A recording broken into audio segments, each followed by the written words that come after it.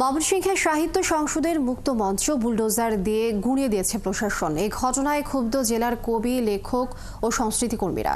তারা জেলা প্রশাসনের সামনে ও মুক্ত মঞ্চের স্তূপে অবস্থান কর্মসূচি সহ গান, কবিতা আবৃত্তির পাশাপাশি ধ্বংসস্তূপে ফুল ফোটানোর মতো অভিনব আয়োজন করে অবিলম্বে মুক্ত মঞ্চ নির্মাণের দাবি জানিয়েছেন।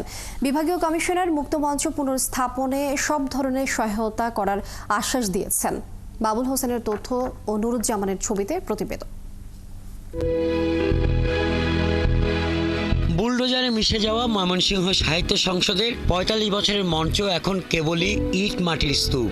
সবাইকে আশ্চর্য করে দিয়ে গত ৬ দিন ধরে সেই স্তূপে প্রতিদিনই ফুটছে বেদনার ফুল, কখনো গোলাপ, কখনো জারুল। ৩০ এপ্রিল পুরনো ব্রহ্মপুত্র পাড়ের ময়মনসিংহ নগরীর শিল্পাচার্য জয়নুল আবেদিন উদ্যানের ভেতরে ছায়াঘেরা মঞ্চটি জেলা প্রশাসন ও সিটি কর্তৃপক্ষের চলমান অবৈধ স্থাপনা উচ্ছেদের অংশ হিসেবে গুঁড়িয়ে দেওয়া হয়। সামাজিক যোগাযোগ মাধ্যমে ছড়ানো এই খবরে যে বিক্ষোভের জন্ম, এর রেশ ধরে পরদিন ১লা মে জেলা প্রশাসকের কার্যালয়ের সামনে গান আর কবিতায় অবস্থান কর্মসূচি সহ প্রতিবাদ সমাবেশ করেন কবি, লেখক ও সচেতন নাগরিক সমাজ।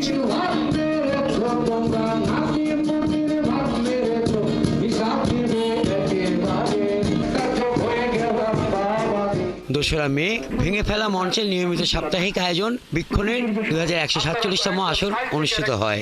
আয়োজনের শিরোনাম ছিল ফুটেছে দুঃখের ফুল। এখানে এত অনুষ্ঠান করলাম, কোনোদিন কেউ কিছু করেনি।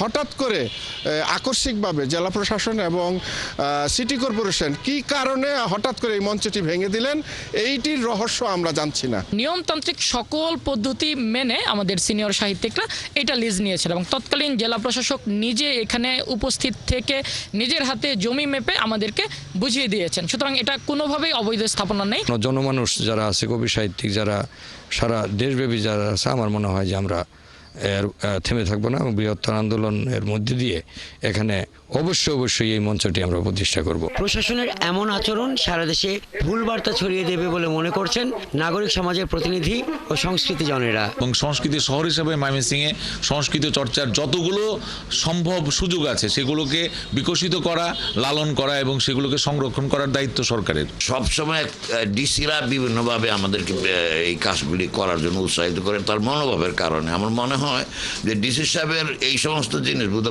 পছন্দ না। সাহিত্য চর্চার মুক্ত মঞ্চ ভেঙে দেওয়ার পর থেকে ব্যাপক সমালোচনার মুখে পড়ে জেলা প্রশাসন ও সিটি কর্তৃপক্ষ। প্রশাসনের আচরণে বিব্রত বিভাগীয় কমিশনার।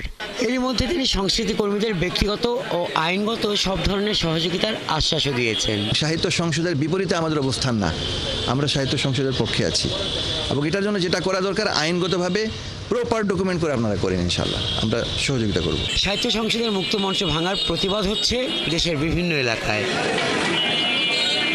হাসান আহমেদ, ৭১।